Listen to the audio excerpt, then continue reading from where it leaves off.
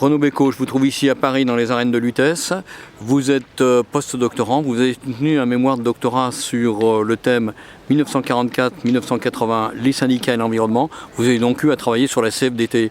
Alors, qu'est-ce qui ressort de la position, des attitudes, des prises en charge d'action de la CFDT dans les années 70 sur ces questions d'environnement?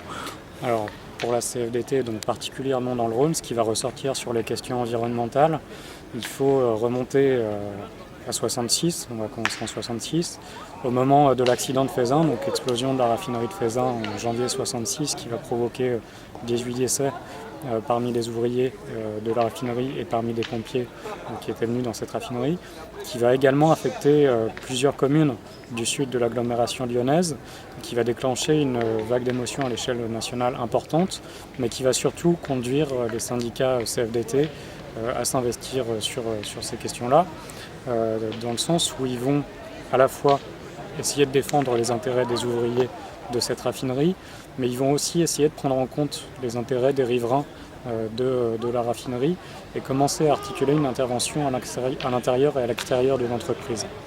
Dans les mois suivants, donc, il y a une autre explosion qui va causer également un décès à Rhône-Poulenc, à Saint-Fond, en juin 1966, donc juste 6 mois après. Et suite à ces accidents, la Fédération Chimie à l'échelle nationale et les syndicats de la chimie dans le Rhône vont commencer à travailler de plus en plus sur les questions d'accidents de travail, santé au travail. Mais là, c'est une particularité dans un premier temps du Rhône, au moins pour la fin des années 60, essayer de lier cette question à la défense des populations qui sont exposées aux pollutions des industries chimiques à l'extérieur des entreprises. Il faut situer qu'à l'époque, un certain nombre de syndicalistes vont s'investir de plus en plus dans les comités d'hygiène et de sécurité et vont essayer d'avoir une action offensive dans ces comités d'hygiène et de sécurité, de porter des mesures de protection des salariés, de porter aussi des mesures visant à transformer les conditions de production pour les rendre plus sûres pour les salariés. Dans le Rhône, il y a par exemple une figure militante importante qui est celle de Pierre Perrault.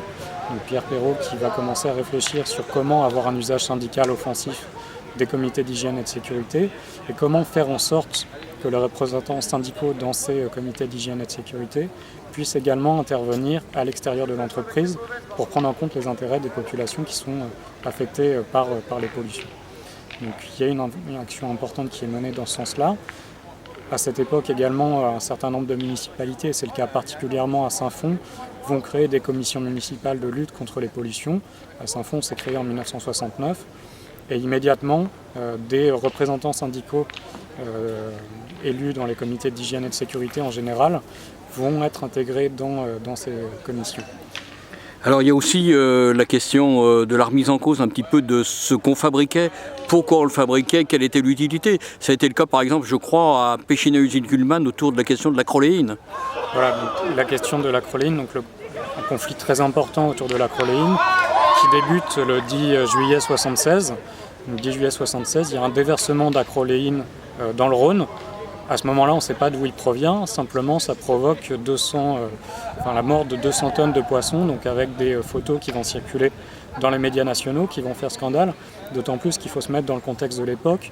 10 juillet 1976, c'est également la date de l'accident de Seveso en Italie, qui va être un accident d'une industrie chimique également très important.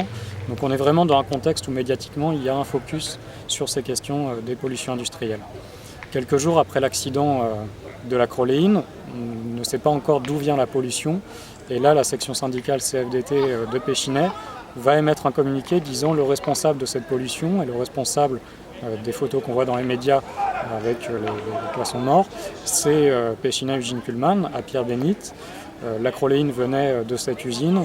Et donc il faut qu'on pose la question, dit la CFDT à ce moment-là, de ce que c'est que ce produit, parce qu'on n'en connaît pas les conséquences sanitaires sur les travailleurs. On ne sait pas notamment à l'époque si l'acroléine est cancérigène ou non. On ne connaît pas les conséquences sanitaires également pour les riverains de l'industrie, puisqu'il y a des dégagements d'acroléine qui peuvent être respirés par ces populations. Et on ne sait pas également à ce moment-là à quoi servent l'acroléine concrètement par la suite une fois qu'elle sort de l'usine. Et donc là-dessus se met en place une intervention importante de la CFDT.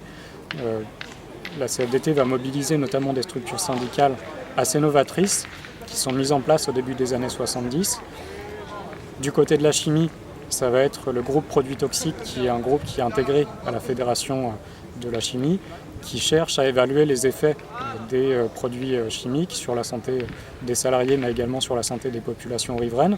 Donc ce groupe, il rassemble l'information disponible pour les produits sur lesquels des informations sont déjà produites.